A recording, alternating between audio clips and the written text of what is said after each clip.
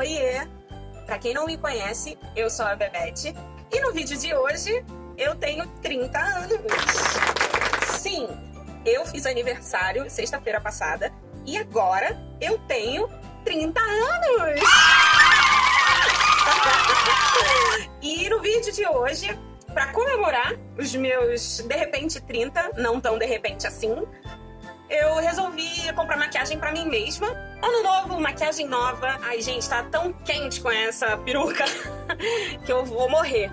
Ia contar pra vocês por que eu parei de andar com gente branca. Eu tô fazendo terapia, né? E uma das coisas que eu descobri na terapia é que tudo, absolutamente tudo que a gente faz tem um motivo.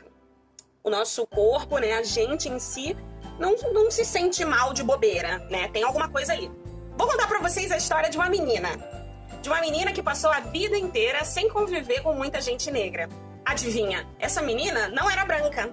Eu tô falando de mim, né? Tá ficando confuso. Eu passei grande parte da minha vida sem conviver com pessoas negras. Como eu não convivia com nenhuma outra pessoa negra além da minha mãe, eu não tinha consciência de que ela era uma mulher negra e de que eu era negra também. Como eu tenho a pele clara, né? O colorismo tá aí, teve aí, né, como barreira para que eu me identificasse como negra durante a minha vida toda. Então, durante, eu diria que 21 anos da minha vida, eu me identifiquei como uma menina branca com cabelo cacheado.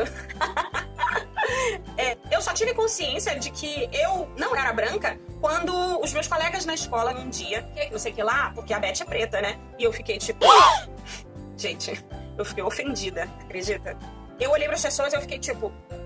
Eu sou o quê? Como é que tu tá falando de mim? Eu lembro até hoje que eu fiz uma cena. Eu fazia... Gente, eu ficava chateada com as pessoas. Eu ficava irritada quando as pessoas diziam que eu tinha cabelo crespo, sabia? E desde os 15 anos eu alisava o cabelo, obviamente, né? Sofri muito bullying durante a minha infância. Cabelo bombril, cabelo duro. No dia que apontaram-me negra, eu comecei a pensar assim, tipo, nossa, realmente, eu não tenho a pele branca, né? E eu sempre tive como referência a animação japonesa, a animação americana. Então, pra mim, eu era tão branca quanto a Branca de Neve. Só que quando eu comecei a conhecer outras pessoas e descobri que, opa, olha só, eu não tenho o mesmo tom de pele que elas, né? A gente não usa a mesma cor de maquiagem. Foi quando eu comecei a me identificar. E por isso, o meu padrão de beleza foi construído em cima da pele branca e das características asiáticas. Eu achava os asiáticos muito lindos.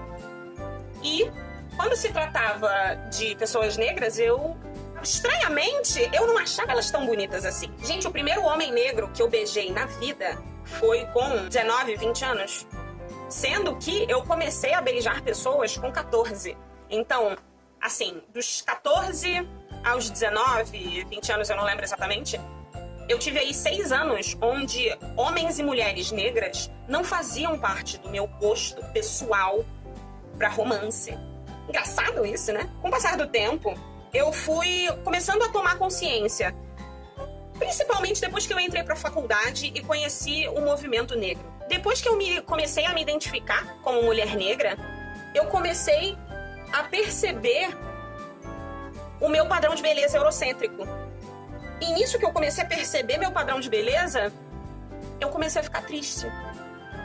Porque o meu padrão de beleza eram meninas brancas, magras, que tinham um nariz fino, que tinham peitões e uma barriga sequinha. E assim, eu não me encaixava nesse padrão. Então, quando eu comecei a tomar consciência da minha etnia, eu comecei a ver as minhas amigas que faziam parte do padrão de beleza com outros olhos. Não que elas tenham feito algo de errado, ou que elas tivessem feito algo comigo. As minhas amigas estavam apenas ali vivendo a vida delas, e por um acaso, essas minhas amigas nasceram dentro do padrão de beleza. Eu comecei a sentir algo que eu não sabia identificar o que era. Era um sentimento. É um sentimento que eu não consigo identificar. Mas algumas amigas minhas, né, ao ouvir essa minha história, elas classificam esse meu sentimento como recalque. Eu olhava pra elas e eu me sentia injustiçada. Por que essa mulher é tão linda? Por que eu acho ela tão linda? Por que essa minha amiga magra é tão bonita? Olha a barriga dela como é bonita. Olha o rosto dela como é bonito. Olha o sorriso dela. E todos esses sentimentos me faziam um mal absurdo. Conforme eu fui conhecendo meninas que tinham o mesmo padrão de beleza que eu fui começando a me sentir um pouco mais tranquila. Foi total e completamente não intencional, mas aos poucos eu fui começando a querer ver menos as minhas amigas que eram muito dentro do padrão de beleza. Existe um arquétipo social, ou seja, um estereótipo, que é o da amiga negra, onde a gente tem uma personagem principal que tem uma amiga negra. E essa amiga negra é a sidekick, e que nunca vai ser tão bonita quanto a personagem principal, mas ela tá ali e ela é negra, então, yay. Eu não andava com supermodelos, eu andava com mulheres reais. Só que ainda estar perto delas me fazia sentir ansiosa da mesma forma, né? Era ruim pra mim sempre olhar pras minhas amigas e pensar, tipo, nossa, mas ela é tão bonita, eu queria ser assim. Eu acho que se eu tivesse a cara dela, eu faria um estrago. Coisas desse tipo eram frequentes na minha cabeça, porque eu me sentia culpada 2, 3 vezes na mesma situação. Porque eu me sentia culpada por ser feia, eu me sentia culpada por estar recalcada da minha amiga, eu me sentia culpada por estar naquela situação toda e ser feia.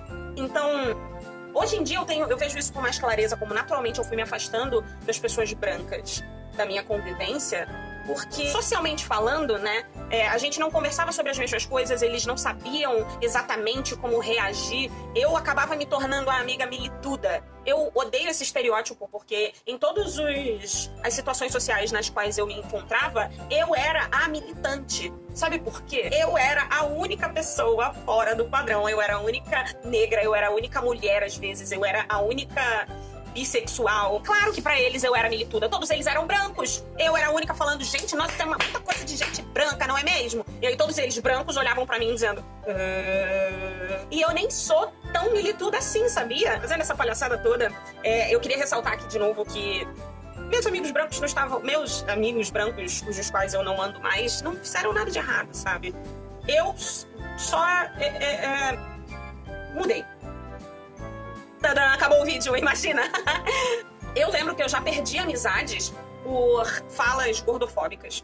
Eu perdi amizades por causa disso. Amizades importantes. Então, quando eu percebia que eu era a única pessoa fora do padrão no meio de um monte de gente branca, eu olhei e eu falei, eu não quero fazer parte disso. Da mesma forma como outras pessoas já viraram pra mim por causa das minhas falas e viraram e falaram, olha, Elizabeth, eu não quero fazer parte disso. Eu não quero fazer parte do que você é. Eu queria andar com gente mais parecida comigo, gente que conseguisse conversar comigo sobre as questões que me afetam, que me interessam.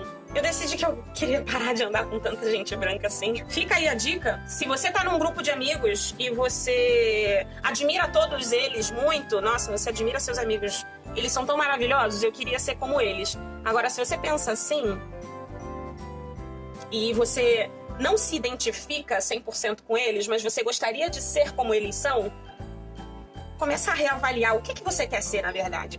Porque eu lembro que eu me sentia assim em relação a esses meus amigos, e no final das contas, eu só queria ser branca.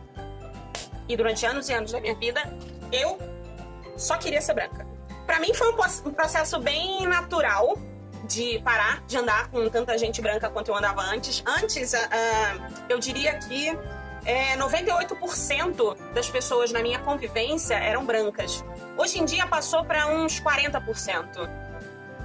Então, pra mim isso fez muita diferença. Fez diferença na minha autoestima, fez diferença na forma como eu me via no espelho, como eu admirava as pessoas. Hoje eu consigo ter uma admiração mais genuína pelas pessoas, principalmente as pessoas nas quais eu me identifico.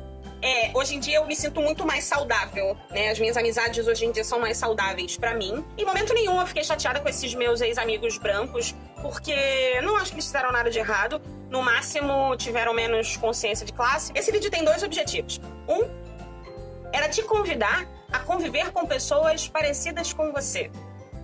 Vai te ajudar muito na sua autoestima, acredite. E se você é branco, começa a refletir. Será que eu tô vivendo dentro da minha bolha? Será que eu deveria conviver com mais pessoas negras? O que será que elas têm a dizer? Não é mesmo? Fica aí a dica pra todo mundo. Se você já passou por alguma dessas experiências, por favor, me conta nos comentários, porque eu fico super feliz de saber que eu não fui a única que ficou desgraçada da cabeça por causa dessa sociedade que a gente vive. E me adiciona nas redes sociais, que eu vou adorar conversar. Não se esqueça de se inscrever no meu canal. Muito obrigada por assistir até agora. Um beijão e tchau, tchau.